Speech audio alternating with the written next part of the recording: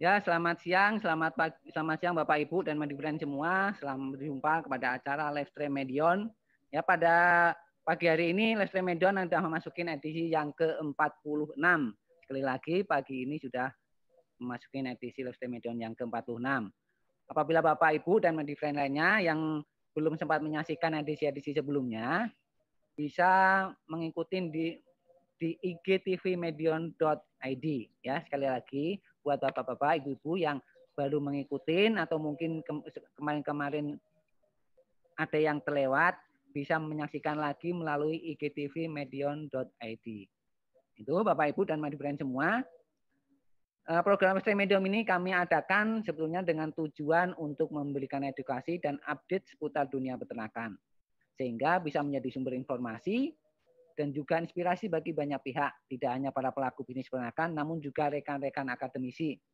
Pagi ini sebelumnya kami perkenalkan,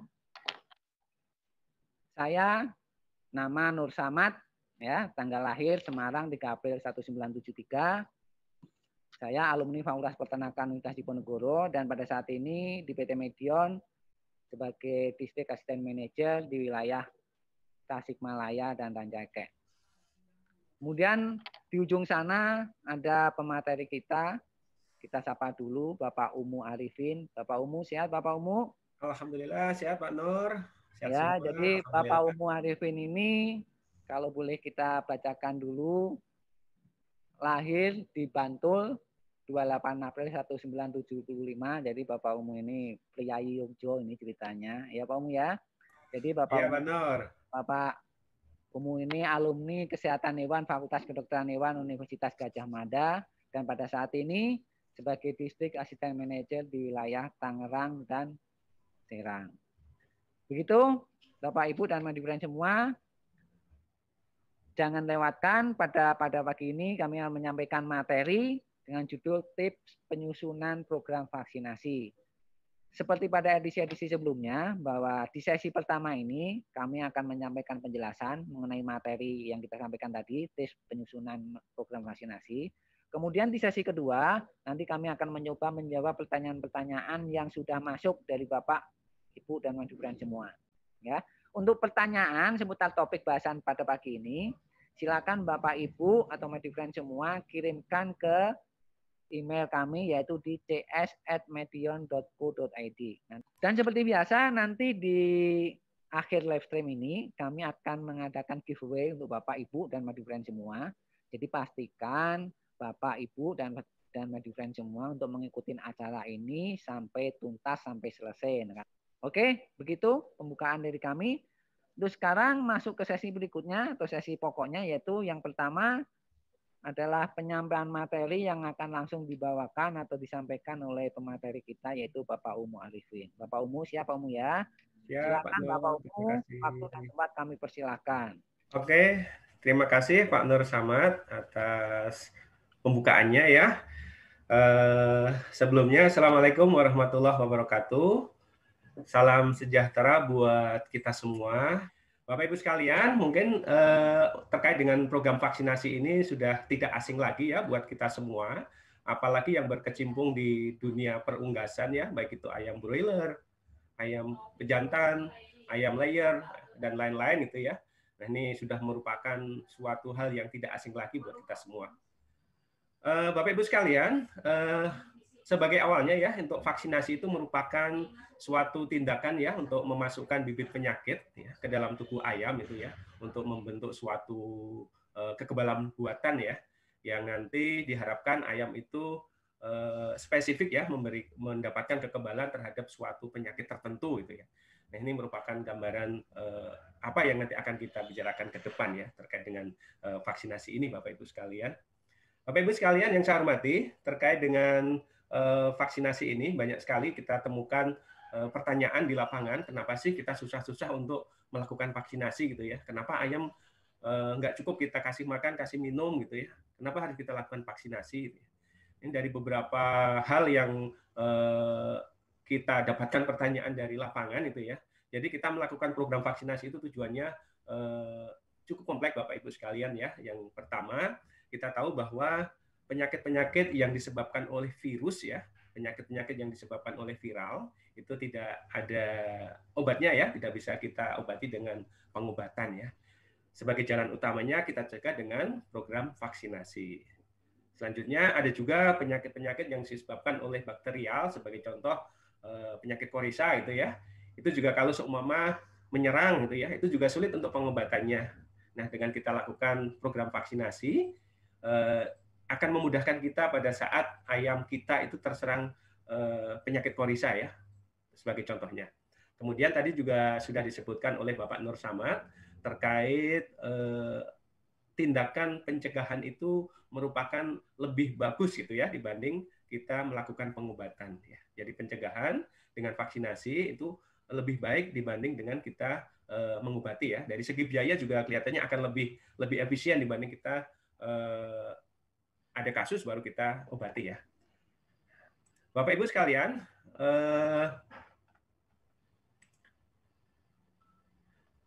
beberapa hal yang akan kita bicarakan untuk 45 menit ke depan, itu ada 3 poin utama yang akan kita bahas Bapak Ibu sekalian. Pertama itu terkait pentingnya vaksin di ayam ya. Kemudian yang kedua nanti kita akan belajar bersama terkait kita melihat apa sih yang menjadi titik kritis pada saat kita menentukan vaksinasi.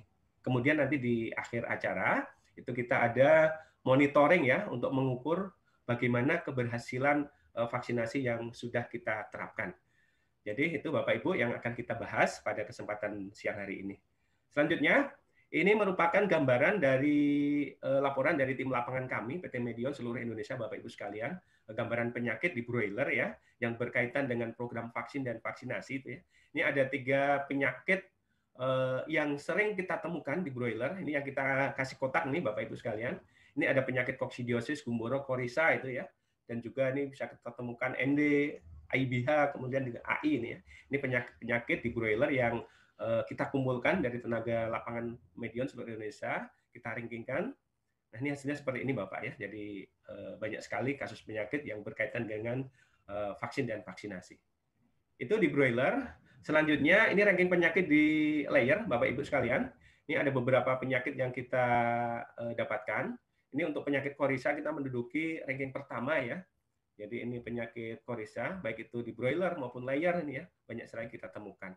Selanjutnya ada AI, koksidiosis, ND, dan juga penyakit yang lainnya yang berkaitan dengan program vaksinasi.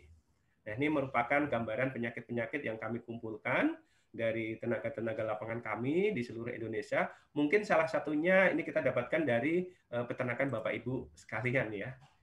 Oke, Bapak Ibu sekalian, dalam kondisi normal ya, jadi dalam kondisi normal itu terjadi interaksi yang harmonis Bapak Ibu antara ternak ya dengan bibit penyakit ya.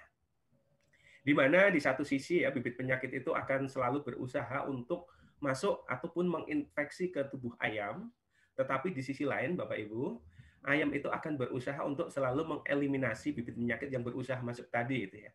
Jadi merupakan suatu interaksi yang harmonis ya. Nah, pada suatu saat ya, jika terjadi ketidakseimbangan ya antara bibit penyakit dengan kondisi tubuh ayam gitu ya, maka di situ akan terjadi kasus penyakit Bapak Ibu sekalian ya. Seumpama gitu ya, bibit penyakit yang berusaha untuk masuk ke tubuh ayam itu jumlahnya atau challenge-nya sangat tinggi gitu ya. Di satu sisi kondisi tubuh ayam itu kurang fit, kondisi tubuh ayamnya dalam kondisi yang tidak baik-baik saja itu ya. Nah, ini kondisi seperti ini nanti akan memudahkan ayam akan menjadi sakit. Jadi ini merupakan kata kunci Bapak Ibu sekalian ya, kondisi interaksi yang harmonis antara bibit penyakit dengan tubuh ayam yang terjadi di lingkungan ya.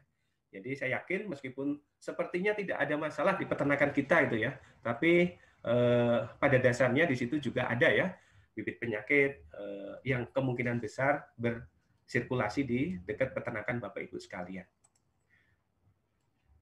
Bapak Ibu sekalian, jika kita mendapatkan kondisi seperti yang kita gambarkan tadi di depan, semua ayam sakit gitu ya, ini akan menunjukkan gejala-gejala pada ayam ya. Jadi jika kondisi ayam sakit, saya yakin Bapak Ibu sekalian sudah pasti paham ya, kenapa ayam bisa tanda-tanda ayam disebut dikategorikan ayam sakit gitu ya. Nah, ini biasanya akan memberikan tanda-tanda yang salah satu yang banyak kita temukan itu berkaitan dengan nafsu makannya. Yang jelas itu nafsu makan pasti akan mengalami penurunan ya, Bapak Ibu sekalian. Kemudian berat badannya juga pasti akan terkoreksi juga. Nah, jika kita berbicara di peternakan layer ya, pasti akan diikuti juga adanya penurunan produksi telur ya. Ada penurunan produksi telur dalam hal jumlahnya juga ya. Bisa juga terkait dengan produksi telur ini akan berefek pada kualitasnya Bapak Ibu sekalian. Jadi selain jumlah juga nanti kualitas telurnya juga pasti akan terkoreksi jika ayam itu menderita sakit ya atau terserang suatu penyakit. Kemudian yang bisa kita sampaikan juga yang banyak kita temukan di lapangan itu biasanya akan diikuti dengan adanya peningkatan persentase kematian ya. Biasa kematiannya sedikit, pada saat ayam terserang sakit umumnya itu akan diikuti peningkatan kematian ya. Nah, Bapak Ibu untuk mengantisipasi gitu ya, untuk mengantisipasi agar ayam itu terhindar dari serangan penyakit yang berkaitan dengan apa yang tadi kita sebutkan di depan itu ya, perlu kita lakukan upaya yang harus kita lakukan. Salah satunya adalah melakukan program vaksinasi ya untuk memberikan perlindungan tubuh ayam dari serangan virus ataupun mikroorganisme lain yang berusaha untuk masuk ke dalam tubuh ayam. Bapak Ibu sekalian, tindakan vaksinasi yang kita lakukan itu adalah merupakan tindakan yang kita berikan ya, kita masukkan ke dalam tubuh ayam ya, kita memberikan infeksi buatan dengan harapan nanti tubuh ayam itu akan membentuk suatu kekebalan ya, kekebalan terhadap suatu penyakit tertentu ya. Jadi ini apakah yang disebut dengan vaksinasi itu ya? Ini vaksinasi Bapak Ibu ya. Kemudian kalau materi yang kita masukkan ke dalam tubuh ayam itu tadi, itu yang disebut dengan vaksin Bapak Ibu sekalian ya. Jadi kalau vaksin itu merupakan mikroorganisme, baik itu yang sudah dilemahkan ataupun dimatikan ya Bapak Ibu sekalian. Nah, itu yang sudah dilemahkan ataupun dimatikan, kemudian kita masukkan ke dalam tubuh ayam dengan harapan untuk memberikan atau mendapatkan infeksi buatan ya. Jadi kalau tindakannya itu adalah namanya vaksinasi, kemudian kalau produk yang kita masukkan untuk vaksinasi itu tadi namanya adalah vaksin, Bapak Ibu. Nah, Bapak Ibu yang perlu kita pegang ya, jadi kita harus menyesuaikan ya dalam hal pemilihan vaksin itu, kita harus menyesuaikan homologi antara vaksin dengan virus yang beredar di peternakan Bapak Ibu sekalian ya. Ini menjadi syarat yang utama dalam kita menentukan pemilihan vaksin ya.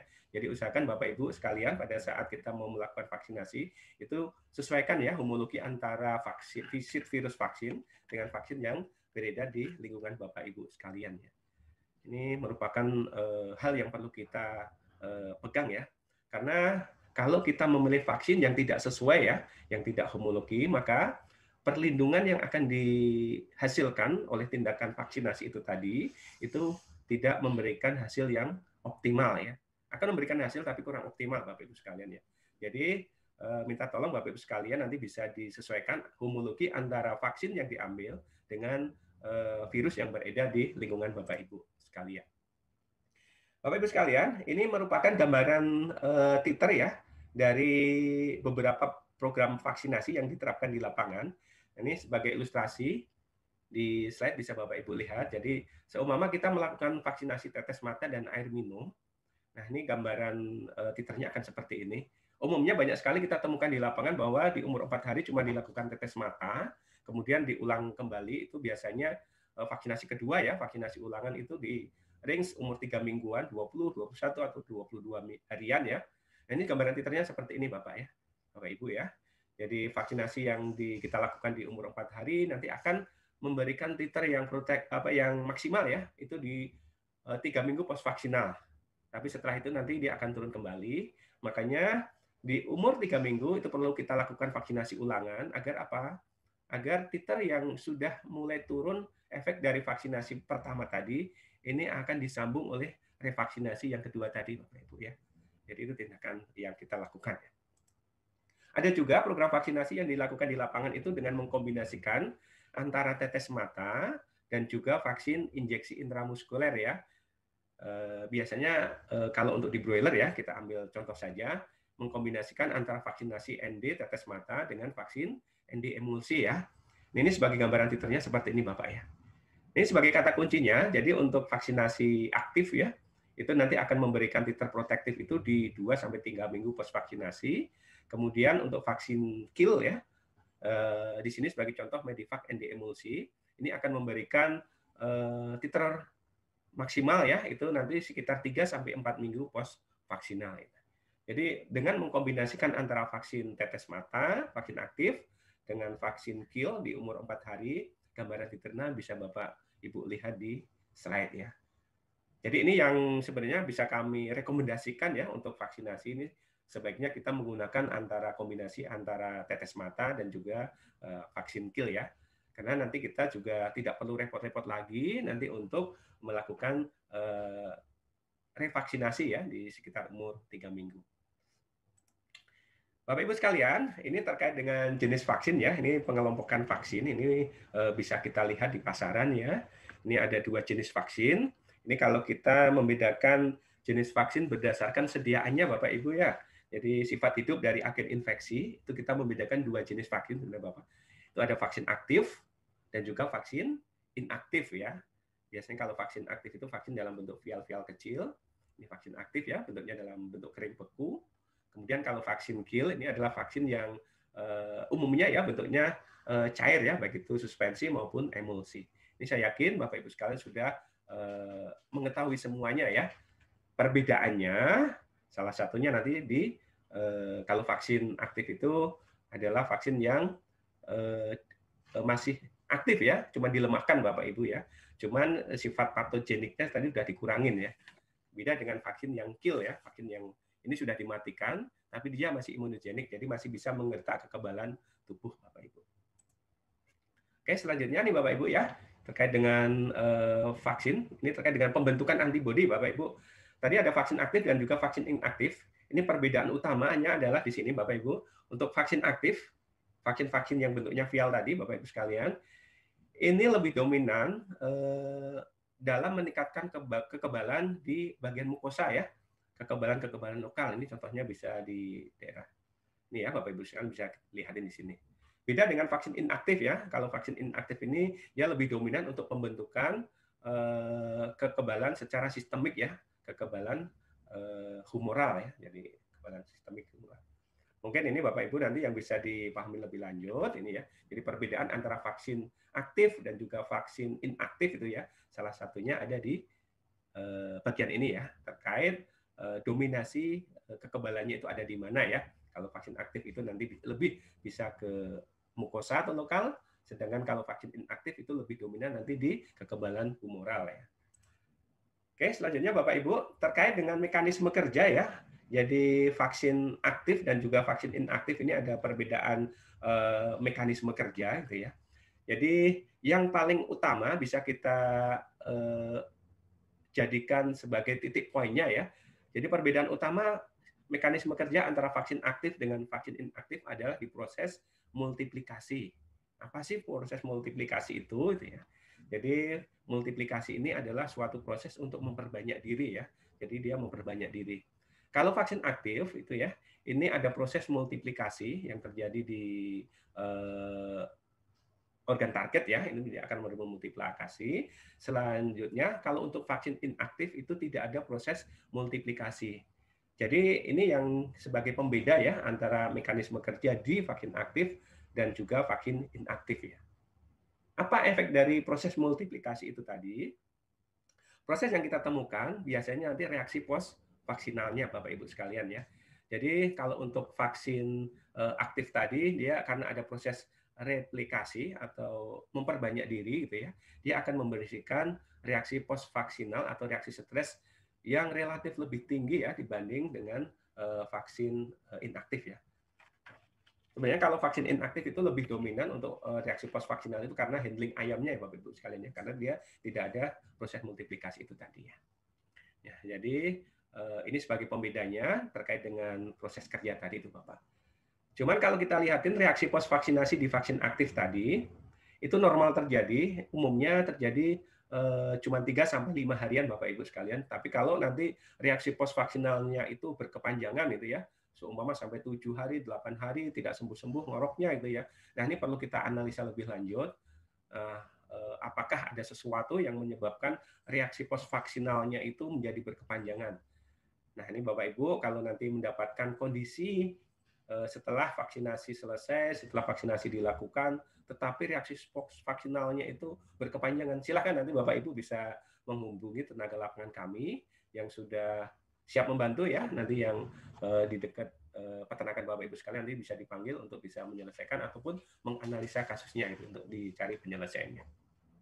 Jadi itu sebagai poin utamanya Bapak Ibu terkait mekanisme kerja, perbedaan antara vaksin aktif dan juga vaksin inaktif ya. Jadi ada proses multiplikasi tadi itu Bapak Ibu. Selanjutnya Bapak Ibu, ini yang berkaitan dengan titik kritis di program vaksinasi ya. Ini poin kedua ya. Ini yang akan kita bahas itu ya. Jadi apa sih titik-titik kritis yang bisa kita pelajari bersama itu ya pada dalam proses vaksinasi ini ya. Kita akan menemukan titik-titik kritis pada vaksinasi ini. Yang pertama itu pada tahap kita pembuatan program vaksinasi ya. Jadi kita tidak bisa sembarangan saja Bapak Ibu sekalian untuk menyusun suatu program vaksinasi ya. Banyak sekali nanti faktor ataupun hal-hal yang berpengaruh ya dalam kita untuk membuat suatu program vaksinasi ya. Jadi sebelum kita menyusun program vaksinasi, kita harus mempertimbangkan beberapa faktor, beberapa hal. Yang pertama, misalnya gini ya, jadi ketepatan program vaksinasi harus kita perhatikan juga Bapak ya. Kita lihat program vaksinasi itu dibuat berdasarkan kondisi dan juga riwayat penyakit di suatu peternakan. Nah ini sebagai bahan panduan juga buat kita semua dalam hal penyusunan program vaksinasi, kita lihatin juga riwayat kasus penyakit yang sering muncul di peternakan Bapak Ibu sekalian. Seandainya peternakan Bapak Ibu sekalian sering sekali muncul kasus ND misalkan itu ya. Jadi kita akan concern bagaimana kita menyusun jadwal vaksinasi ND-nya agar kasus ND-nya itu bisa kita minimalkan atau syukur-syukur bisa kita hindari gitu ya. Jangan sampai outbreak kembali gitu ya. Nah, ini perlu kita pertimbangkan pada saat penyusunan program vaksinasi. Kemudian yang kedua itu terkait dengan ketepatan jadwal vaksinasi, aplikasi, dan juga dosis vaksinnya ya. Jadi ini merupakan titik kritis juga ya. Jadi pada saat kita melakukan vaksinasi itu harus kita perhatikan juga terkait jadwalnya, kemudian aplikasinya, dan juga dosisnya ya. Jangan sampai kita melakukan vaksinasi itu terjadi suatu kasus ya, suatu keadaan di mana dalam populasi ayam satu lokasi itu mendapat dosis yang tidak sama gitu ya. Seumpama kita melakukan vaksinasi tetes mata untuk ayam 10.000 gitu ya. Ada beberapa ekor ayam yang mendapatkan dosis setengah, ada yang full dosis, ada juga cuma 1/4 gitu ya. Nah, ini perlu kita hindari kalau kasus-kasus seperti ini Bapak ya. Jadi kalau pada saat kita melakukan vaksinasi aktif, bila terjadi kasus demikian itu nanti akan ada istilah namanya rolling reaction Bapak Ibu ya. Jadi kondisi di mana ayam itu mendapatkan dosis vaksinasi yang tidak sama dan itu akan menyebabkan suatu reaksi post vaksinal ya, yang itu yang berkepanjangan ya. Karena dia mendapatkan dosis yang tidak sama. Kemudian titik kritis yang selanjutnya itu berkaitan dengan ketepatan homologi vaksin ya. Tadi juga sudah kita sebut di depan. Jadi usahakan Bapak Ibu ya, jadi homologi antara vaksin yang dipakai dengan virus yang beredar di lingkungan Bapak Ibu sekalian itu harus sama ya, harus homolog ya. Jadi harus homolog, kita harus sesuai Bapak Ibu ya. Jangan sampai ada perbedaan gitu ya. Kalau ada perbedaan otomatis nanti hasil vaksinasi yang dilakukan itu pasti akan tidak optimal Bapak Ibu ya. Ini cukup beresiko juga. Kemudian titik kritis yang ini sebagai contoh Bapak Ibu sekalian ya, terkait dengan program vaksinasi. Ini beberapa program yang bisa kita sampaikan di Bapak Ibu sekalian. Ini sebagai panduan umum ya. Jadi program vaksinasi yang umum kita temukan di lapangan, di ayam broiler, untuk vaksinasi ND, Gumboro itu ya. Ini memang cukup familiar, sudah banyak sekali dilakukan. Tapi untuk vaksinasi AI ataupun Korisa itu saya yakin belum semua peternakan broiler di Bapak Ibu sekalian itu menggunakan vaksin ini ya. Jadi ini untuk vaksin AI dan juga korisanya ini nanti sebagai opsional ya, sebagai pilihan ya. Ini ada beberapa peternakan ya, sebagai contoh di wilayah Tangerang itu ada beberapa lokasi farm broiler itu ya yang sudah melakukan vaksinasi korisa. Vaksinasi korisa ini digabung dengan vaksin ND, pelaksanaan dengan subkutan ya di umur 4 hari dengan vaksin ND korisa ya. Dan juga ada beberapa lokasi farm yang menggunakan kombinasi antara vaksin ND dan juga AI ya. Ini kita temukan ya. Jadi ini merupakan panduan umum ya Bapak Ibu sekalian. Ini panduan umum penentuan jadwal vaksinasi. Saya yakin di peternakan Bapak Ibu nanti juga akan memiliki panduan yang berbeda-beda ya. Selanjutnya ini sebagai contoh program vaksinasi yang diterapkan di layer ya. Ini ada beberapa program vaksinasi yang umumnya wajib ya kalau untuk di layer itu dilakukan ya. Sebagai contoh ini vaksinasi ND itu. Jadi sebelum puncak produksi, biasanya puncak produksi itu bisa kita temukan di 24 sampai 30-an minggu lah ya Pak Nur ya. Dan ini kita melakukan vaksinasi ND itu sekitar 4 sampai 5 kali ya. Nanti bisa dilihat, disesuaikan dengan program Bapak Ibu sekalian apakah ini sesuai gitu ya. Kemudian vaksinasi gumboro ini juga cukup bervariasi ya sebenarnya di layer, ada yang 1 ataupun 3 kali ya, tergantung nanti dari kondisi di lapangan masing-masing. Kemudian untuk vaksinasi AI itu ya, memang banyak kita temukan untuk vaksinasi AI itu sebelum puncak produksi itu biasanya dilakukan 3 kali ya, baik itu yang AI tunggal ataupun AI yang kombinasi. Selanjutnya nanti setelah puncak produksi itu ada pengulangan atau revaksinasi AI biasanya umumnya ya minimal 2 kali ya. Kemudian kalau di layer juga ya itu ada korisa, ada IDS, ada ILT dan juga ada vaksinasi POK ya. Jadi ini Bapak Ibu sekalian sebagai panduan umum program vaksinasi di layer ya. Jadi nanti kalau Bapak Ibu sekalian mau berkonsultasi terkait pembuatan program vaksinasi nanti bisa hubungi tenaga-tenaga lapangan PT Medion yang dekat dengan lokasi Bapak Ibu sekalian ya.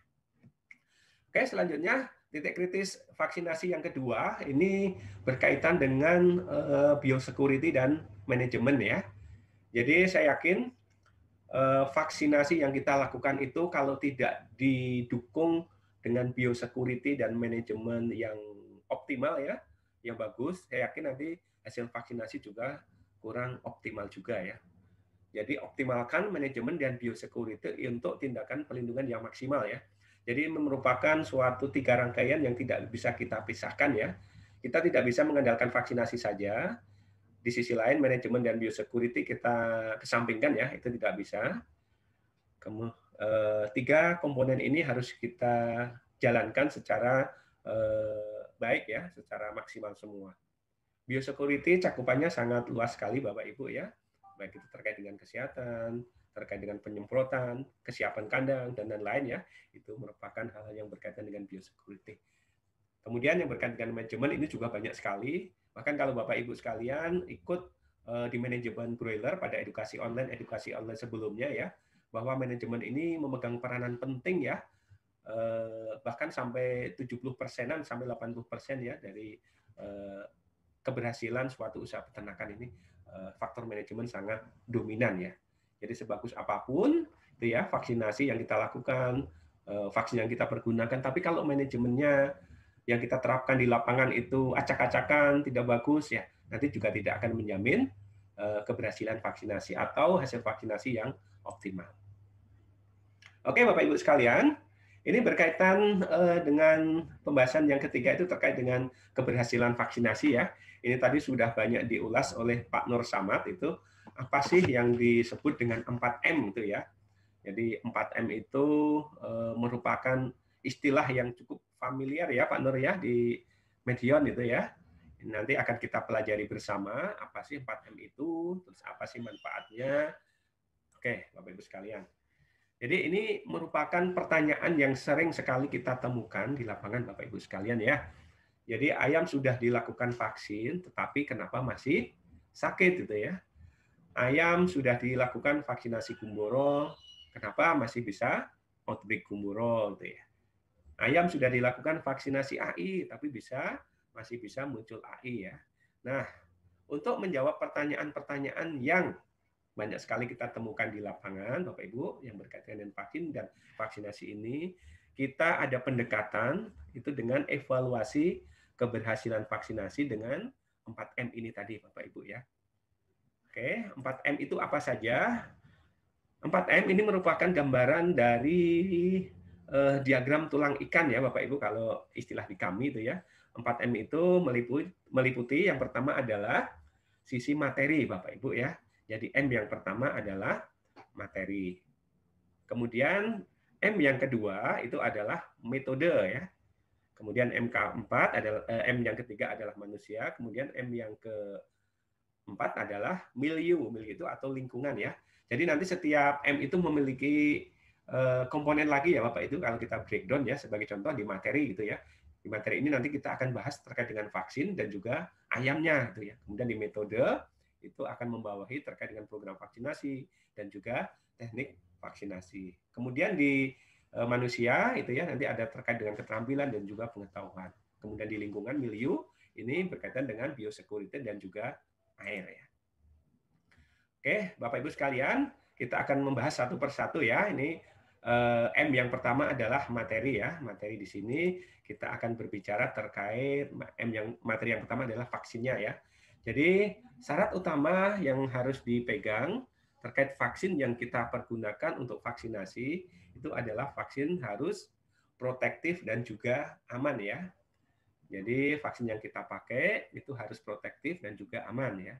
Jadi vaksin yang beredar itu harus lulus uji potensi dan juga lulus uji safety ya, keamanan ya. Jangan khawatir Bapak Ibu sekalian ya, vaksin yang beredar, yang diedarkan PT Medion dan diproduksi oleh PT Medion semua sudah lulus uji protektivitas dan juga dari segi keamanan. Jadi jangan sampai khawatir Bapak Ibu sekalian terkait produk-produk PT Medion yang sudah didistribusikan di lapangan. Bapak Ibu sekalian, kalau kita mendapatkan vaksin ya, nanti kita juga harus mengetahui apakah vaksin itu berkualitas atau tidak gitu ya. Nah, untuk menjawab itu bisa kita lihatin dari beberapa parameter ya berkaitan dengan kualitas. Bisa kita lihatin nanti dari fisik vaksinnya sendiri Bapak Ibu ya. Jadi kalau Bapak Ibu menerima kiriman vaksin dari kami, tolong diperhatikan terkait dengan segel, bentuk vaksinnya ya. Kalau seumpama vaksin aktif gitu ya, yang vial-vial kecil, jangan sampai nanti Bapak Ibu mendapatkan vaksin yang peletnya ataupun kayak pelet yang ada di dalam vialnya itu ya, kisut itu jangan sampai Bapak Ibu terima. Kemudian juga lihatin expired-nya gitu ya. Jangan sampai Bapak Ibu menggunakan vaksin ataupun mendapat kiriman vaksin yang sudah expired atau expired-nya mendekati itu ya. Itu tidak kita rekomendasikan untuk dipakai ya. Itu dari kualitas vaksin. Kemudian dari segi distribusi itu Bapak Ibu sekalian ini juga harus diperhatikan juga agar kualitas vaksin itu selalu terjaga kualitasnya ya. Ini kita harus selalu menerapkan implementasi cold chain management ya. Jadi rantai dingin ini Bapak Ibu sekalian.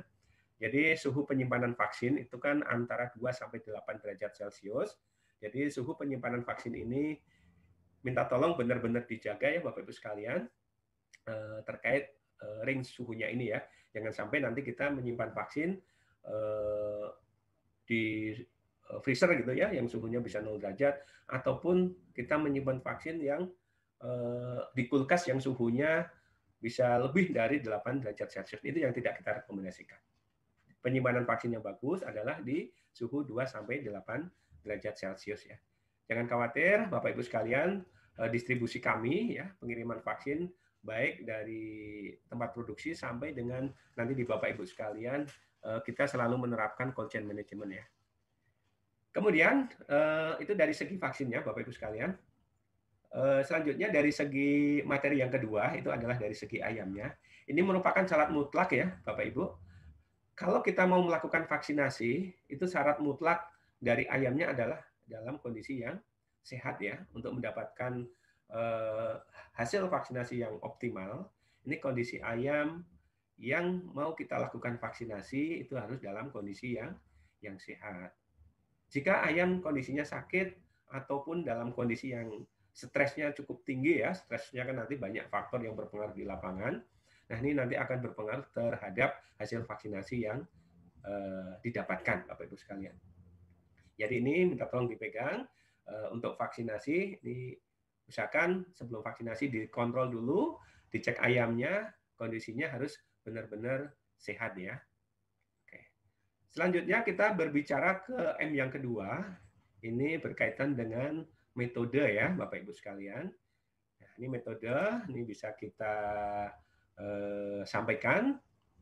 Ini berkaitan dengan program vaksinasi dan juga teknik vaksinasi ya. Jadi tujuan ketepatan program vaksinasi, jadi program vaksinasi yang tepat ya, yang kita terapkan di lapangan gitu ya. Ini bertujuan untuk menjaga kekebalan ataupun antibodi selalu berada di level yang protektif ya. Jadi kalau Bapak Ibu sekalian sering melakukan uji titer ya, biasanya di situ nanti akan tertera titer minimum protektif ya. Itu di berapa gitu. Kalau ND sekitar 2/6, kalau AI sekitar 2/3/4 gitu ya. 3, 2/4 gitu ya. Nah, itu merupakan titer-titer nanti yang biasa kita cantumkan di pemeriksaan titer sekalian ya. Oke. Selanjutnya, dalam penyusunan program vaksinasi itu disesuaikan dengan kondisi farm dengan berbagai macam pertimbangan ya. Jadi pada saat kita menyusun program vaksinasi, tadi sudah sekilas kita bahas di depan, jadi kita harus mempertimbangkan beberapa aspek ya. Yang pertama itu kita bisa mempertimbangkan dari jenis ayamnya ya. Apakah ayam broiler, jantan, layer, ataupun breeder ya. Ini menjadi bahan pertimbangan juga pada saat kita menyusun program vaksinasi. Kemudian yang kedua, ini berkaitan dengan jenis penyakit yang sering menyerang ya. Nah, ini juga sebagai pedoman kita juga pada saat kita menyusun program vaksinasi gitu ya. Ini dengan melihat riwayat penyakit yang sering muncul. Jika di peternakan Bapak Ibu sering muncul gumboro, maka di situ penyusunan program vaksinasi gumboro kita konsentrasikan gitu ya. Kita juga lebih konsen juga ke gumboro dengan harapan dengan penyusunan program vaksinasi gumboro yang tepat, nanti kasus yang sering muncul di periode-periode sebelumnya gitu ya, nanti bisa dihindari atau diminimalkan. Kemudian yang ketiga itu terkait dengan umur serangan penyakit Bapak Ibu. Jadi pada saat menyusun suatu program vaksinasi ya, umur serangan penyakit ini juga sebagai bahan pertimbangan juga ya. Jadi ini perlu kita pertimbangkan umur serangan penyakitnya di umur berapa biasanya itu ya. Sebagai contoh kita pelihara ayam broiler gitu ya, sering muncul kasus gumboro di umur 18 hari, 19 hari itu ya. Nah, kasus riwayat penyakit umur serangan itu tadi itu sebagai parameter juga, sebagai pertimbangan kita untuk umur berapa nanti kita akan menyusun jadwal vaksinasi gumboro yang tepat. Gitu ya. Oke, selanjutnya update kasus dan penyakit di lingkungan sekitar ya. Jadi update kasus yang terjadi di lingkungan sekitar peternakan Bapak Ibu sekalian ini sebagai bahan pertimbangan juga dalam kita penyusunan program vaksinasi ya. Sebagai contoh, seumpama di farm layer Bapak Ibu gitu ya, tidak pernah muncul kasus AI gitu ya, tapi di tetangga peternakan Bapak Ibu itu beberapa kali outbreak AI. Nah, ini sebagai bahan kita juga sebagai bahan pertimbangan ya dalam penyusunan program vaksinasi. Nah, itu beberapa hal yang perlu kita pertimbangkan ya, Bapak Ibu sekalian. Oke, selanjutnya Bapak Ibu sekalian terkait dengan teknik vaksinasi ya. Ini kita mulai dengan handling vaksin ke kandang ya. Jadi tadi ada istilah cold chain management. Jadi kita menerapkan rantai dingin sampai dengan vaksin itu akan diterima oleh ayam gitu Bapak Ibu sekalian ya. Jadi pada saat pengiriman barang ini merupakan syarat mutlak ya Bapak Ibu ya. Kita harus menggunakan media pendingin ya. Media pendingin ini bisa kita pergunakan umumnya itu kita menggunakan es batu ya Bapak Ibu sekalian. Jadi pada saat Bapak Ibu menerima vaksin, minta tolong juga dicek bagaimana rasio antara vaksin, jumlah vaksin dengan esnya ya. Jangan sampai nanti jumlah vaksinnya itu banyak, esnya cuma sedikit gitu ya. Nanti kita akan menjadi tanda tanya apakah suhu di dalam media pengiriman tadi memenuhi syarat atau enggak. di range 2 sampai 8 derajat atau tidak gitu ya.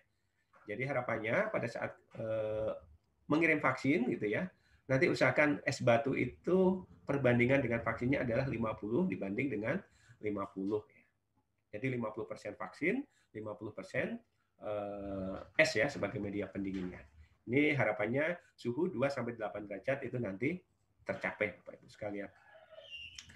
Selanjutnya Bapak Ibu terkait dengan teknik vaksinasi ya, itu yang perlu dipahami juga itu berkaitan dengan handling vaksin aktif saat akan digunakan Bapak Ibu sekalian ya.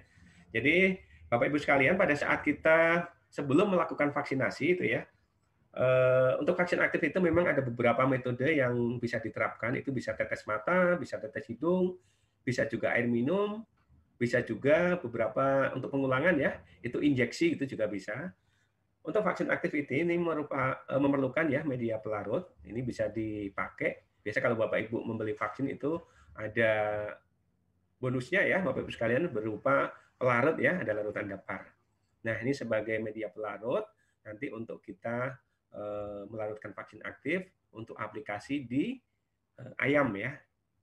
Tapi Bapak Ibu sekalian perlu digarisbawahi di sini, jika vaksin aktif itu sudah dilarutkan, ini harus habis dalam waktu yang cukup cepat ya, jadi maksimal 2 jam. Setelah vaksin aktif tadi dilarutkan dengan pelarut ya, itu 2 jam maksimal harus sudah habis ya. Jangan sampai melebihi 2 jam, apalagi nanti ada sisa, disimpan, terus dipakai, semua vaksinasi pagi, kita istirahat dulu, dilanjutin sore lagi gitu ya. Nah itu tidak boleh Bapak Ibu sekalian ya. Jadi kalau sudah dilarutkan, itu harus habis 2 jam setelah dilarutkan ya. Kemudian yang selanjutnya Bapak Ibu, ini terkait dengan handling vaksin yang bentuknya kill ya, vaksin kill, tadi yang emulsi maupun suspensi. Ini setelah dikeluarkan dari suhu penyimpanan ya, suhu penyimpanan tadi range-nya 2 sampai 8 derajat. Ini ada istilah namanya thawing Bapak Ibu sekalian. Jadi ini istilah yang banyak sekali ditemukan yang ditanyakan juga di lapangan. Ada namanya thawing gitu ya. Thawing itu apa gitu ya. Jadi thawing adalah merupakan suatu tindakan yang dilakukan untuk meningkatkan suhu vaksin kill gitu ya.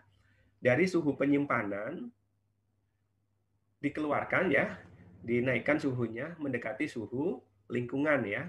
Ya, suhu lingkungan itu antara plus minus sekitar 27, 26 tergantung nanti wilayahnya Bapak Ibu sekalian ya, sekitar itu ya. Jadi mendekati suhu lingkungan ya. Jadi kalau vaksin kill ini memerlukan thawing ya.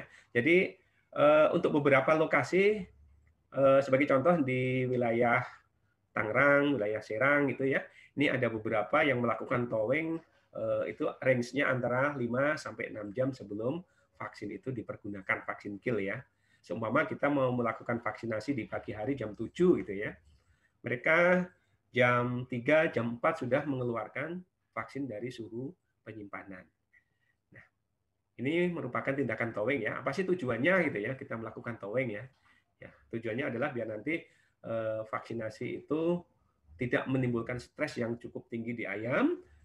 Kemudian yang kedua bisa lebih mempercepat ya, itu membantu proses penyerapan oleh jaringan tubuh ayam ya setelah vaksin kill tadi masuk ke tubuh ayam. Jadi untuk thawing ini nanti untuk beberapa lokasi farm, tiap-tiap daerah saya yakin waktunya akan berbeda-beda Bapak Ibu sekalian ya. Cuman yang perlu digarisbawahi berbeda dengan vaksin aktif tadi.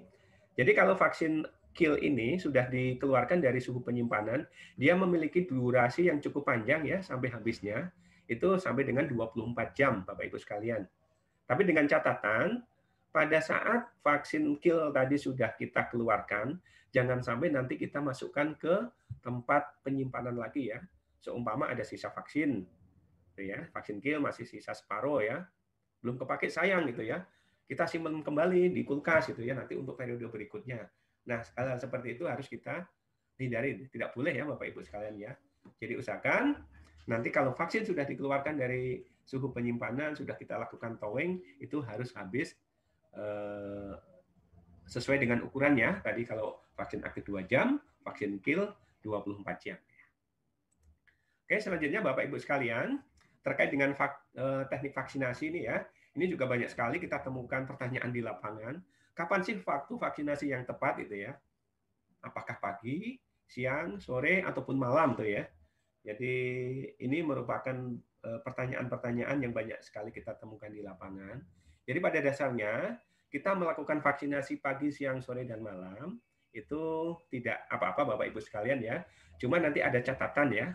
Jadi pada saat kita melakukan vaksinasi usahakan hal-hal yang bisa menyebabkan kerusakan vaksin atau bisa memicu atau menambah stres ayam itu nanti bisa dihindari ya atau dikurangi.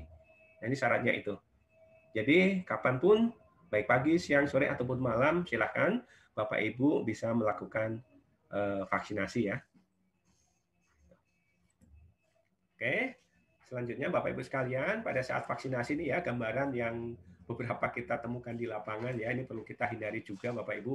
Jadi kalau kita melakukan penyeketan ayam ya, ini vaksinasi konvensional manual ya, tetes mata dan juga injeksi subkutan ya, ini di DOC. Jangan sampai kita melakukan penyeketan itu yang terlalu padat ya. Jangan sampai nanti ayam sudah stres divaksin juga mengalami stres dari ayam diseket terlalu rapat gitu ya. Ini perlu kita hindari juga. Pada saat kita melakukan vaksinasi juga usahakan pemanas atau brooder ya itu dimatikan juga ya. Bapak Ibu, jadi ini hal-hal yang perlu kita perhatikan ya. Oke. Bapak Ibu sekalian, terkait dengan teknik MASI, ini ada juga berkaitan dengan aplikasi vaksinasi ya. Jadi aplikasi vaksinasi saya yakin Bapak Ibu sekalian sudah mengetahui semua, banyak sekali aplikasi vaksin ya. Ada tetes mata, tusuk sayap, injeksi, bisa subkutan, intramuskuler gitu ya, dan juga vaksinasi air minum ya. Semua memiliki kelebihan dan kekurangannya ya, Bapak Ibu sekalian. Oke. Di samping itu juga Bapak Ibu, kalau seumpama Bapak Ibu merasa kesulitan ya terkait pelaksanaan vaksinasi ini, Bapak Ibu bisa memanfaatkan jasa tim vaksinator kita. Setiap cabang sudah ada tim vaksinator, nanti bisa menghubungi tim kami yang ada di lapangan Bapak Ibu. Selanjutnya ada juga terkait dengan teknik vaksinasi ini yang sekitar 5 tahun terakhir ini ya, bisa kita lihatin perkembangannya ini ya. Ini vaksinasi di hatchery ya. Jadi vaksinasi dilakukan di hatchery itu ya. Ini injeksi mesin subkutan ya, menggunakan alat automatic. Ini Medion juga sudah punya Bapak Ibu sekalian. Kita memiliki alat DAV ya namanya. Kemudian untuk vaksin aktifnya kita ada Hitus Player ya. Ini merupakan kombinasi ya untuk vaksin spray dan juga automatic injector.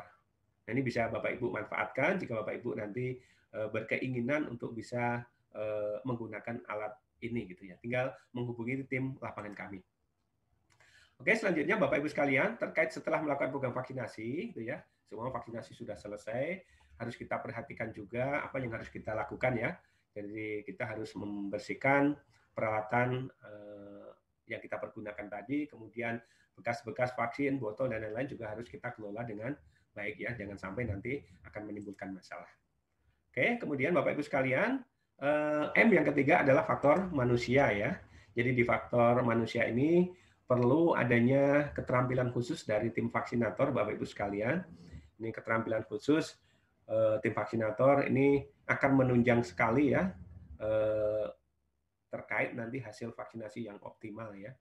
Jadi keterampilan ini perlu kita perhatikan. Kemudian yang kedua itu adalah sikap kerja yang baik dari pelaksana vaksinasi ya, atau vaksinatornya.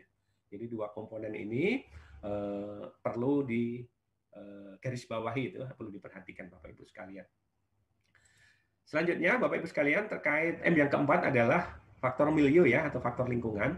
Ya faktor lingkungan ini berperan juga ke optimal hasil vaksinasi tadi Bapak Ibu sekalian. Ini tadi sudah kita bahas juga di depan. Faktor milieu itu salah satunya meliputi terkait dengan biosecurity ya. Jadi bagaimana kesiapan kandang, bagaimana kebersihan kandang gitu ya. Ini sangat berpengaruh nanti terkait hasil vaksinasi ya. Kemudian faktor milieu yang selanjutnya adalah air ya. Itu air juga cukup bagus ya. Harus kita perhatikan, apalagi kalau kita melakukan vaksinasi menggunakan air minum Bapak Ibu sekalian. Untuk biosecurity ini Bapak Ibu sekalian, ini banyak sekali kita temukan kasus di lapangan itu adalah berkaitan dengan faktor imunosupresan ya. Jadi faktor-faktor yang menyebabkan kekebalan yang dibentuk oleh tubuh ayam hasil vaksinasi itu menjadi tertekan, akhirnya cepat turun itu ya.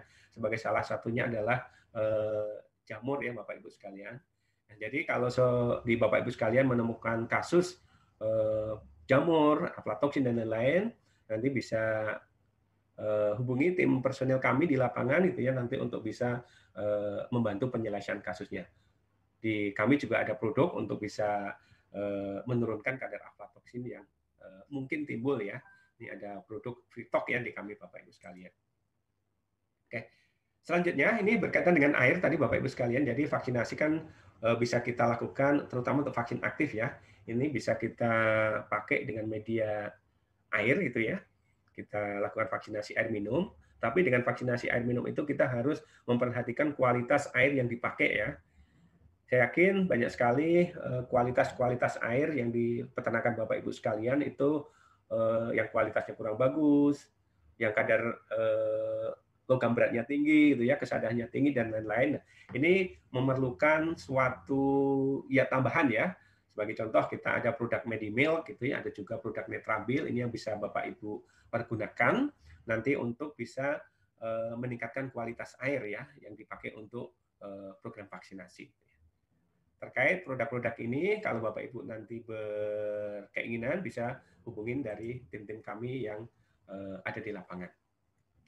Bapak Ibu sekalian, untuk melihat keberhasilan vaksinasi ya, ini ada beberapa pendekatan yang perlu kita lakukan ya. Tadi ada pertanyaan kenapa ayam sudah divaksin tapi masih bisa muncul ya. Jadi untuk melihat keberhasilan vaksinasi yang dilakukan, ini bisa kita lihat dari beberapa parameter. Yang pertama, tidak ada kasus kematian post vaksinasi ya. Jadi tidak adanya kematian setelah melakukan vaksinasi ini sebagai salah satu indikator ya, salah satu indikasi yang akan mendukung nanti terjadinya keberhasilan vaksinasi ya. Kemudian yang jelas yang kedua itu tidak muncul serangan penyakit sesuai dengan vaksinnya gitu ya. Seumpama kita melakukan vaksinasi AI gitu ya. Dikatakan berhasil ya, itu kalau tidak muncul kasus AI gitu ya. Tapi kalau kita lakukan vaksinasi AI ternyata ada outbreak AI. Nah, ini menjadi tanda tanya terkait dengan keberhasilan vaksinasi AI yang kita lakukan. Selanjutnya, tingkat kekebalan atau antibodi yang terbentuk gitu ya. Nah, ini sebagai parameter untuk kita melihat keberhasilannya juga ya. Jadi untuk melihat antibodi yang terbentuk ini bisa kita lakukan uji HI test ya, uji laboratorium. Ini juga bisa kita lihat gambaran titer hasil vaksinasinya itu seperti apa gitu ya. Apakah bagus? Apakah jelek gitu ya? Nanti bisa kita pantau dari pengujian laboratorium Bapak Ibu sekalian. Dan kami juga mensupport tenaga lab kami gitu ya. Ini bisa mensupport nanti terkait pengujian hasil vaksinasi ini. Ini sebagai gambaran uji lab yang selama ini kita lakukan Bapak Ibu ya. Saya yakin Bapak Ibu sekalian sudah familiar dengan angka-angka ini ya. Ini merupakan gambaran titer antibodi dari hasil uji laboratorium Bapak Ibu. Oke, selanjutnya. Untuk monitoring hasil vaksinasi itu ya, jadi kita memerlukan uji ya, tadi uji lab. Nah, uji lab itu apa sih yang harus kita ambil gitu ya? Jadi yang harus kita ambil adalah serum ya, kita ambil serum darahnya. Dan kapan waktu yang bagus untuk kita mengambil sampel darah gitu ya. Nah, untuk vaksin aktif, ini kita sarankan 2-3 minggu post vaksinal, Bapak Ibu sekalian, nanti bisa kita ambil sampel darahnya untuk pemeriksaan titer. Kalau untuk vaksin inaktif atau vaksin kill, itu range-nya antara 3-4 minggu post vaksinasi ya. Ini bisa kita ambil sampel darahnya untuk mengetahui apakah vaksinasi yang kita lakukan itu berhasil atau tidak gitu ya. Nanti akan tergambar di situ gambaran titernya Bapak Ibu. Kemudian berapa jumlah sampel yang diperlukan itu sekitar 15 ya sampai 20 sampel per kandang ya. Tapi nanti kita juga lihatin ya satu kandangnya itu populasinya berapa gitu ya. Kalau populasi satu kandangnya itu semua di close house gitu ya, isinya 50.000 gitu ya. Nah, pasti nanti sampelnya juga kalau cuma 20 juga pasti kurang representatif ya. Pasti nanti akan kita tingkatkan kembali. Oke, Bapak Ibu sekalian, selanjutnya untuk menunjang keberhasilan program vaksinasi yang dilakukan, ini kita juga memerlukan beberapa support ya, produk yang bisa meningkatkan atau memacu ya terbentuknya memacu hasil vaksinasi itu optimal gitu ya. Mungkin Bapak Ibu sekalian sudah banyak menggunakan ya produk yang ada di slide ini ya. Yang pertama ada produk Imustim ya. Ini merupakan produk kami gitu ya, produk herbal ini yang bisa untuk menstimulir atau untuk mendukung program vaksinasi yang kita lakukan ya. Ini yang banyak kita temukan di lapangan, ini produk yang bisa dipakai sebelum maupun setelah vaksinasi ya. Ini sebagai indikasi untuk menstimulasi sistem imun tubuh dan juga dia bisa untuk memulihkan kesehatan dan juga bisa untuk meningkatkan nafsu makan ya. Ini merupakan produk herbal Bapak Ibu sekalian ya. Jadi ini bisa dipakai untuk penunjang pelaksanaan atau program vaksinasi yang kita terapkan. Oke, selanjutnya Bapak Ibu ini sebagai mekanisme kerja ya. Jadi ini memang kita sarankan ya untuk setelah vaksinasi gitu ya, produk Imustim bisa kita terapkan 2-3 hari pas vaksinasi untuk bisa dipergunakan ya. Nanti untuk informasi lebih lanjut, Bapak Ibu bisa menghubungi tenaga lapangan kami yang ada di sekitar Bapak Ibu sekalian ya. Oke, selanjutnya ini ada juga produk dari kami itu PVD ya, program vaksinasi DOC ini tadi juga sempat kita bahas di depan terkait program vaksinasi HRE ya. Untuk di DOC kita ada PVD, ini kita kombinasi antara Medivac, ini vaksinnya, kemudian Haisuto ini sebagai alatnya ya. Tadi ada mesin sprayer, kemudian juga ada automatic injector, dan juga ada operator ya. Jadi kombinasi tiga bagian ya. Ini yang bisa kita lakukan. Oke. Kemudian mengapa kita menggunakan PVD Bapak Ibu sekalian ya. Jadi dengan PVD ini gitu ya, ini menggambarkan kondisi tantang yang di lapangan itu ya. Ini pilihan vaksinnya cukup banyak sekali Bapak Ibu sekalian ya. Kemudian yang kedua kita bisa dilengkapi dengan vaksin AI ya, ini isolat lokal ya. Ini untuk daerah-daerah yang misalnya rawan AI ya, ini bisa kita memilih dengan menggunakan vaksin yang ada kandungan AI-nya Bapak Ibu sekalian. Nah ini beberapa produk yang kita pakai pada saat program vaksinasi PVD Bapak Ibu sekalian, nanti ada baik itu yang ND tunggal ataupun yang kombinasi dengan AI ya. Nah, ini beberapa produk yang selama ini banyak kita pakai di lapangan. Jadi nanti kalau Bapak Ibu sekalian berkeinginan untuk memanfaatkan alat dan tim kami, silahkan nanti menghubungi tim lapangan kami Bapak Ibu sekalian. Oke, ini untuk vaksin aktifnya ya, tadi untuk spray gitu ya Bapak Ibu, ini kita juga ada kombinasinya ya, baik itu antara ND dengan IV spray dan juga bisa juga menggunakan ND tunggal ya untuk spray gitu. Ini nanti bisa Bapak Ibu manfaatkan ya, Bapak Ibu pergunakan.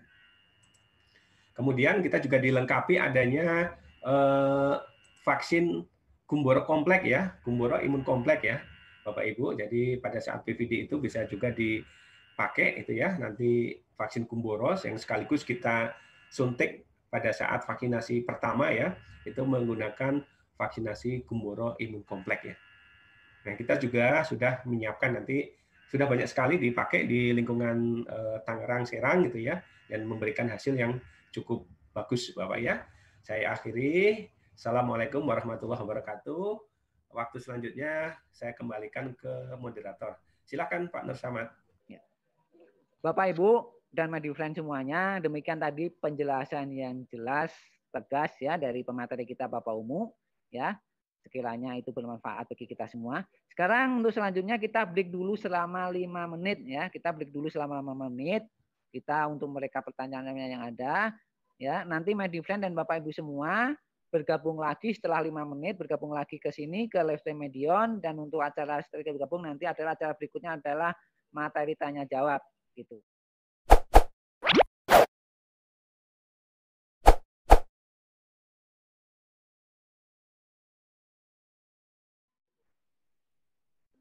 Ya, sekali lagi Terima kasih untuk Bapak Ibu dan Ibu dan semua yang sudah bergabung lagi, yang sudah join kembali. Dan untuk Bapak Ibu yang belum, kami tunggu segera untuk bisa bergabung untuk sesi tanya jawab ini. Langsung saja untuk materi pertanyaan yang pertama, ya. Langsung kita bacakan materi pertanyaan pertama. Di lingkungan sehari-hari lah, sering terjadi vaksin aktif itu disimpan di freezer atau suhu di bawah 2 derajat Celcius. Itu Pak Umu. Apakah ini masih bisa digunakan Pak Umu? Itu pertanyaannya gitu Pak Umu. Mungkin ini tadi juga mungkin sudah sekelas disinggung, tapi mungkin bisa lebih diperjelas lagi Pak Umu, atau mungkin lebih tegas lagi ya dan tidaknya gitu Pak Umu. Gitu Pak Umu, mungkin bisa dijawab duluan yang ini Pak Umu. Oke Pak. Coba saya jawab Pak Nur ya, nanti kalau ini mohon maaf ya, nanti bisa ditambahin Pak Nur ya kalau ada sedikit kekurangan ataupun banyak kekurangannya ya. Jadi tadi sudah kita bahas juga ya Pak Nur ya, terkait penyimpanan vaksin itu idealnya ya, itu di suhu yang kita sarankan ya, itu di range suhu 2 sampai 8 derajat Celcius ya. Jadi bagaimana kalau kita menyimpan vaksin itu di luar range itu gitu ya. Mungkin inti pertanyaannya itu ya Pak Nur ya. Ya, betul Pak Umu. Jadi pasti nanti akan memberikan efek yang kurang bagus juga terhadap vaksin ya, kualitas vaksin yang disimpan menyalahi ketentuan itu tadi itu ya. Sebagai contoh kalau kita menggunakan menyimpan vaksin kill gitu ya, di suhu di bawah 2 derajat Celcius itu ya. Nah, itu tidak akan kita rekomendasikan Pak Nur ya. Jadi kalau kita menyimpan vaksin di bawah 2 derajat Celcius, apalagi di suhu 0 ya, ataupun minus gitu ya. Terus vaksin yang kita simpan itu adalah vaksin inaktif ya, atau vaksin kill gitu ya. Nah, di situ akan merusak materi struktur antigenik ya dari virusnya itu akan rusak jadi Pak Nur ya. Jadi akan merusak materi antigenik dari virus vaksinnya tadi itu ya. Jadi ini tidak akan kita rekomendasikan ya. Jadi penyimpanan vaksin di suhu di luar 2 sampai 8 derajat itu tadi. Bahkan kasus di lapangan juga banyak sekali ya Pak Nur ya. Tadi juga sudah saya sebutkan karena segi ekonomis gitu ya. Jadi ada sisa vaksin, terutama vaksin-vaksin inaktif ya, masih sisa separuh, masih sisa sepertiga itu ya. Itu ya, ini menyambung gitu ya. Maaf Pak Umu, ini menyambung pertanyaan Pak Wahyu juga ini, sama ya seperti yang disampaikan Pak Umu ini. Jadi kalau vaksin inaktif nggak habis disimpan dipakai besoknya lagi, ini gimana resikonya? Itu yang ditanyakan Pak Wahyu. Ya sekalian Pak ya, benar. Apalagi itu ya Pak Nur ya. Kita tadi sampai mana ya? Jadi kita ada sisa vaksin gitu ya, sepertiga atau separuh karena segi ekonomis ya. Kita simpan kembali buat vaksinasi yang periode berikutnya, ataupun karena vaksinasi hari ini banyak gitu ya, 10.000 baru sisa 7,5, nanti ada sisa vaksin lagi, kita lanjutkan besok. Nah, vaksin yang sisanya tadi kita simpan kembali di kulkas. Nah, ini juga tidak diperbolehkan ya, Bapak Ibu sekalian ya, jangan dilakukan gitu ya. Karena apa? Kita ingat istilah tadi namanya thawing ya. Jadi vaksin itu kalau sudah kita thawing, kita keluarkan, kita naikkan suhunya mendekati suhu lingkungan ya, itu harus habis dalam waktu 24 jam ya. Jadi dalam kurun waktu 24 jam harus habis, tidak boleh sisa kita simpan kembali untuk dipakai di berikutnya gitu ya. Dan juga kalau semua vaksin sudah kita buka, semua kayak vaksin kill ya, sudah dibuka tutup botolnya itu biasanya sudah ada pencemaran ya dari luar gitu. Jadi harus kita hindari itu Pak Nur, tidak boleh ya. Dan juga pada saat kita melakukan vaksinasi, terutama vaksin aktif itu ya, kalau sudah kita larutkan dengan pelarut itu jangan dikeluar masukkan ke suhu dingin ya. Kalau sudah kita larutkan, ya udah langsung kita habiskan dalam kurun 2 jam ya untuk vaksin aktif tadi. Seumpama masih 1 jam ya, kita mau tinggal ngopi dulu, mau sarapan dulu gitu ya. kita masukkan kembali di dalam marina cooler yang ada esnya sekitar 15 menit atau apa, tinggal ngopi gitu ya. Nanti kita lanjutkan kembali gitu ya. Nah, itu jangan juga dilakukan ya. Jadi tidak boleh. Jadi saya ulang kembali, jadi untuk penyimpanan vaksin itu harus di suhu 2-8 derajat Celcius. Kemudian kalau ada sisa vaksin itu tidak boleh dipakai kembali ya Pak Nur ya. Tidak boleh dipakai kembali, disimpan kembali, dipakai untuk periode yang akan datang. Jadi harus habis untuk vaksin aktif 2 jam setelah dilarutkan. Kemudian kalau vaksin kill itu 24 jam setelah vaksin dikeluarkan dari penyimpanan ya, atau pada saat mulai dilakukan towing ya. Itu mungkin jawabannya Pak Nur. Kalau bisa ada tambahan silakan. Ya, jadi jawaban tegasnya mah jangan dipakai gitu Pak Umu ya. Betul, betul. Tadi kalau yang jangan Pak Ian tadi kalau disimpan di freezer vaksin aktif maupun inaktif jangan dipakai karena potensinya sudah berkurang atau bahkan rusak sudah habis gitu ya. Karena materinya sudah rusak jangan dipakai. Tadi juga Pak Wahyu tadi saya mengatakan bahwa kalau sudah dipakai sudah dinaikkan suhunya menjadi suhu ruangan nggak habis dalam 24 jam, disimpan lagi, terus dipakai bisa maka boleh tidak ada manfaatnya, gitu ya, Bapak-Ibu. Jadi jangan dipakai. Ini kalimat tegasnya mas jangan, gitu, Pak Umu ya. Iya, mending beli lagi ya Pak Nur ya. Nah, gitu. Daripada mempertaruhkan kesehatan ayam Bapak Ibu sekalian hanya dengan maksudnya bertujuan untuk menghemat 1/4 botol, setengah botol vaksin, tapi resikonya terlalu besar yang dipertaruhkan, gitu Pak Umu ya. Oke, betul Pak Nur ya. Pertanyaan yang berikutnya, ini kelihatannya, nah ini Pak Umu, ini yang paling sering dijumpain kita sebagai tenaga lapangan juga ini Pak Umu. Ini ada pertanyaan dari Pak Ramdan Fatur Rahman. Oke. Jadi singkatnya begini Pak Umu. Pak Ramdan ini banyak mengelola peternak-peternak layer yang populasinya kecil-kecil lah, 1.000 ekor dan sekitarnya lah gitu ya, 800, 1.000 gitu ya. Pak Ramdan ini biasa beli umur pulet di 13 minggu. Ya, begitu beli pulet, program berikutnya tinggal meneruskan program vaksinasinya yaitu vaksin Korisa, vaksin NDD-SIB dan AI. 3 itu masuk. Tapi selama masa produksi itu sudah nggak pernah divaksin lagi, Pak Umu. Oke. Selama masa produksi itu nggak pernah dipakai lagi. Tapi produksinya bagus, ayamnya sehat, dan pernah mencoba diukur titer antibodinya juga bagus. Gitu. Ya. Kesimpulannya apa Pak Umu ini? Jadi kesimpulannya analisanya apa Pak Umu gitu? Sudah nggak pernah direvak lagi, tapi kok bagus. Kesimpulannya apa ini Pak Umu? Ini perlu dipertegas dulu, Pak Nur, ya. Perlu dipertegas dulu terkait pengambilan titernya tadi di umur berapa ya, Mas Nur ya? Sama begini. Ya, ini kalau, tidak ada penjelasannya ini. Penjelasannya ya. Soalnya gini, kalau memang banyak sekali kasus kita temukan di lapangan untuk peternak-peternak yang membeli pulet ya. Biasanya kan pulet didatang di umur 12-13 mingguan lah gitu ya. Kita tinggal melanjutkan program selanjutnya. Terus biasanya ya program vaksinasi terakhir umumnya AI ya Pak Nur ya di umur sekitar 21 ataupun 22 minggu itu ya. Nah selama ini dari pertanyaan tadi Bapak Ramdan ya itu produksinya bagus dan tidak ada masalah juga gitu ya. Ya memang harapannya seperti itu, nggak divaksin tapi nggak ada masalah gitu ya. Nah kalau kasusnya seperti itu saya yakin berarti di lingkungan peternakan Bapak Ramdan itu challenge lapangannya sangat rendah sekali, Pak Nur ya. Iya. Ya, jadi challenge lapangan yang ada di lingkungan peternakan Bapak Ramdan itu sangat rendah ya.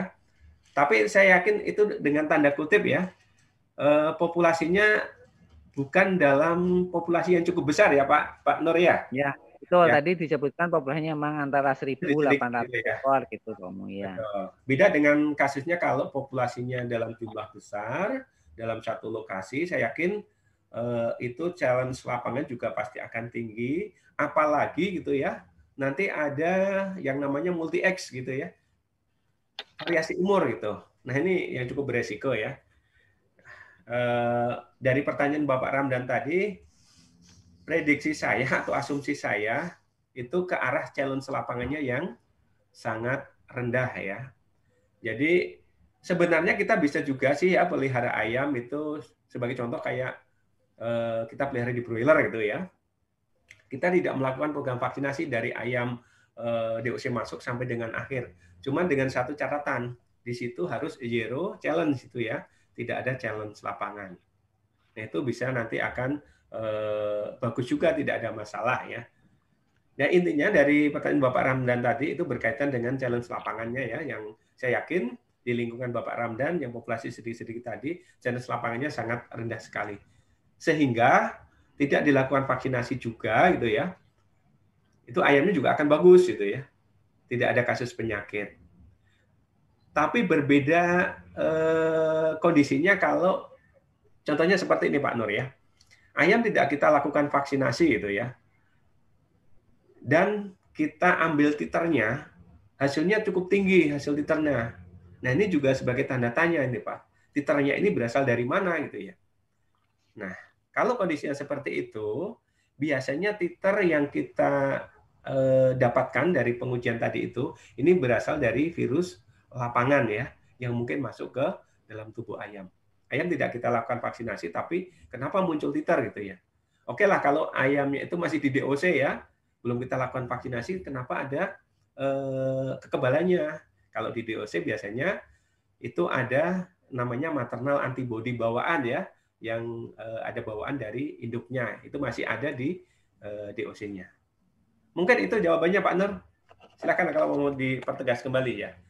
Ya, betul katanya sepakat dulunya Pak Umu. Jadi ini mungkin peternakan Pak Ramdan ini memang didukung dengan manajemen yang baik, yang sudah maksimal, yang optimal, dan biosecurity-nya juga baik. Jadi memang artinya virus tantang di lapangan itu rendah sekali atau mungkin malah zero ya. Ya, cuman ya buat Pak Ramdan ini harus hati-hati juga ya. Hati-hati dan rajin-rajin memantau titer ayamnya ya. Terus nanti hasil labnya itu nanti harus dijadikan baseline ya. Jadi titernya itu baseline-nya tuh di angka berapa kan gitu. Nanti kalau sewaktu-waktu lepas dari baseline itu Bapak harus hati-hati nih, harus cepat-cepat lakukan tindakan gitu. Ya. Itu buat Pak Ramdan mungkin. Gitu Pak Umu ya. Oke Pak Nur, betul. Iya. Ada lagi pertanyaan Pak Nur? Ini sebenarnya ada pertanyaan yang mirip-mirip dengan yang itu yang agak menyambung lagi nih. Tapi saya lupa tadi dengan dari Pak siapa ini. Pak. Jadi saya tadi sekalian baca gini Pak Umu. Kalau kita melakukan uji lab, ya ternyata titernya masih protektif, ya.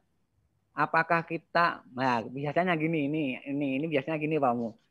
Kalau samanya kita biasa memakai program vaksinasi, umur sekian minggu harus divaksin refak gitu kan, direfak lagi misalkan AI gitu Pak Umu ya. Tapi ternyata dari uji protektivitas masih melindungi, masih protektif, apakah harus direfak lagi sesuai dengan program itu ataukah tidak usah direfak gitu pertanyaannya gitu Pak Umu. Intinya betul ya. Ya, mungkin penjelasannya Pak Umu bisa dijelaskan Pak Umu. Oke, Pak Nur ya. Saya juga sering membantu customer ya dalam pembacaan titer ya Pak Nur ya. Jadi dalam kita membaca titer antibody hasil uji lab ya, uji serologis, itu ada 3 komponen yang perlu dipegang ya Pak Nur ya. Jadi terkait dengan CV, kemudian persentase kebal, dan juga nanti satu lagi, apa itu Pak Nur ya? Ada persentase kebal, CV, dan sebarannya. Ya, ini sebarannya betul ya, sebaran. Jadi ketiga-tiganya itu harus kita harus kita analisa semua ya Pak Nur ya. Jangan kita cuman membaca dalam semua protektif, semua ND. Semua ada di 2/6 gitu. Tapi di atas 2/6-nya itu variasi sekali gitu ya. Ada 2/6, ada 2/8, ada 2/10, ada 2/11 gitu ya. Nah, kondisi yang demikian itu akan menyebabkan CV ya, koefisien variasi itu yang melebar juga, yang besar juga. Karena apa? Syarat untuk dikatakan hasil vaksinasi yang bagus itu ada di CV-nya ya, itu harus lebih kecil atau sama dengan 35 ya. Jadi semakin kecil mendekati 0 itu berarti CV-nya semakin bagus ya. Jadi kita tidak bisa berpatokan saja di nilai 2 pangkat berapanya saja ya, protektivitasnya saja Mas ya. Jadi selain semua di atas protektif, juga kita lihatin keseragamannya juga, dan juga CV-nya ya. Ini merupakan faktor yang perlu kita baca juga. Jadi perlu dilihat dulu tadi ya Pak Nur ya. Jadi komponen CV-nya seperti apa gitu ya. Kalau CV-nya bagus, semua protektif gitu ya, otomatis keseragamannya juga bagus kan gitu ya, protektif 100%. Nah itu nanti mungkin bisa kita mundurin program vaksinasinya. Tapi nanti kita juga untuk menentukan apakah vaksinasi itu bisa kita mundurkan atau tidak, itu nanti banyak faktor yang perlu kita lihat juga ya.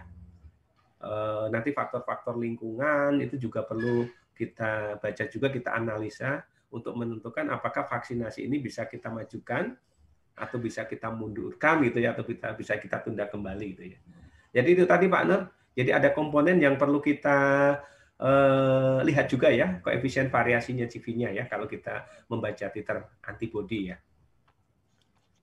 Itu Pak Nur jawabannya. Ya, makasih Pak Omu. Jadi dengan kalimat lainnya, yang namanya program vaksinasi itu nggak ada yang pakem baku harus begitu, gitu Pak Omu ya. Betul. Jadi vaksinasi itu bisa dimajukan, bisa dimundurkan tergantung kondisi yang update pada saat itu, gitu ya. Kalau berdasarkan program aja nanti terjadi wabah, ternyata setelah kita tetap aja berdasarkan program yang dibikin sejak awal malah tidak update namanya, gitu Pak Omu. Yang salah gitu Pak Omu ya. Jadi vaksinasi bisa maju, bisa mundur, dan bisa sesuai dengan program awal, sesuai dengan kondisi yang terupdate pada saat itu, gitu Pak Omu ya. Iya Pak Nur. Terima kasih Pak Nur. Ya, berikutnya saya harus sambil buka-buka pertanyaan ini Pak Omu. Ya. Oh ini yang terakhir Pak Omu, ini yang terakhir yang disinggung juga tentang Pak Omu tadi bahwa Medion sudah punya DAF, sudah punya Heisuto sprayer itu Pak. Itu kan semuanya dilaksanakan di Hejre. Ya Pak Omu. Ini ada pertanyaan dari Pak siapa tadi, Pak Warto atau siapa ini tadi? Ya. Jadi apa sih bedanya vaksinasi di Hejre dengan vaksinasi yang biasa dilakukan sekarang inilah misalnya 4 hari gitu Pak Omu. Bedanya apa Pak Omu? Kaitannya dengan maternal antibodinya atau apanya gitu Pak Omu. Mungkin bisa dijelaskan Pak Omu. Sebenarnya kalau vaksinasi di Hejre ya itu ada kita vaksinasi kita lakukan di umur 0 hari ya Pak Nur ya. Jadi sebelum ayam itu di DOC kita dikirim ke lapangan itu sudah ada vaksinasi di sana itu ya. Semua ada kelebihan dan keuntungannya Pak Nur, gitu ya. Kita melakukan vaksinasi di Hejre itu ada keuntungannya dan juga ada kekurangannya.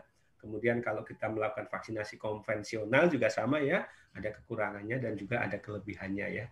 Ya, keuntungan yang biasa didapatkan pada waktu vaksinasi kita lakukan di Hejre, itu pertama stresnya tidak akan berulang Pak Nur ya. Jadi stresnya tidak berulang, jadi ya udah nanti kalau sudah dilakukan vaksinasi di farm di Hejre ya, nanti di farm itu tinggal kita fokus ke pertumbuhan ayam saja. Jadi stresnya tidak berulang. Beda dengan nanti kalau kita melakukan vaksinasi secara konvensional di lapangan ya. Jadi stresnya bisa berulang kembali gitu ya. Nah, pada saat kita melakukan vaksinasi di Hejre tadi itu ya, itu sebenarnya ada satu komponen yang ini merupakan temuan juga ya, itu adanya vaksinasi yang menggunakan IBD imun kompleks tadi itu ya Pak Nur ya, itu bisa diterapkan juga langsung di situ ya. Cuman Bapak Ibu sekalian, kami juga bisa ya, udah banyak melakukan program vaksinasi menggunakan alat Hejre itu tadi ya Pak Nur ya. Cuman kita lakukan di lapangan Pak Nur. Jadi seumpama Bapak Ibu mau menggunakan alat tersebut gitu ya, tetapi mau melakukan vaksinasinya di lapangan, di kandang gitu ya, boleh nanti tinggal menghubungi tim kami gitu ya. Semoga nanti di cabang-cabang kami yang ada di seluruh Indonesia itu sudah tersedia alatnya tersebut, nanti bisa dipakai gitu ya. Sebenarnya semua memiliki kelebihan dan kekurangannya Pak Nur ya, baik itu yang vaksinasi di hatchery maupun di konvensional ya, di kandang dilakukan. Ya, begitu Bapak, Ibu, dan my friend semua. Itu tadi jawaban penjelasan dari pertanyaan-pertanyaan yang telah Ibu sampaikan ya. Pertanyaan yang telah masuk ke kami tadi sudah dijawab secara jelas ya jawabannya oleh pemateri kita. Sekali lagi untuk pertanyaan Bapak Ibu dan my friend semua yang belum dijawab tadi, kami janji akan menjawab dan akan kami kirim lewat email Bapak Ibu sekalian. Seperti yang sudah kami sampaikan tadi di awal bahwa di akhir acara ini kami akan mengadakan giveaway ya. Caranya bagaimana Bapak Ibu, my friend? Bapak Ibu dan my friend cukup menjawab pertanyaan seputar topik ya, seputar topik yang akan kita posting di IG story ya. Jadi supaya Bapak Ibu tahu pertanyaan apa yang kita posting di IG story, Bapak Ibu jangan lupa silakan cek IG story Medion yaitu IG story medion.id yaitu setelah acara live stream ini selesai ya. Ya. Pemenangnya nanti juga akan kami umumkan via IG Story. Jadi jangan lupa untuk follow medion.id sekali lagi ya. Supaya Bapak Ibu tidak ketinggalan dan bisa mengetahui siapa pemenangnya. Bapak Ibu silahkan follow medion.id dan juga jangan lupa subscribe website kami di www.medion.co.id. Gitu Pak ya. Jangan sampai ketinggalan berita, jangan sampai ketinggalan informasi Ibu. Sekali lagi silahkan follow medion.id dan subscribe website kami di www.medion.co.id. Itu Bapak Ibu. Terakhir Bapak Ibu, sekali lagi terima kasih. Mohon maaf jika kami ada kekurangan. Akhir kata, terima kasih. Wassalamualaikum warahmatullahi wabarakatuh. Sampai jumpa di live stream Medion yang berikutnya.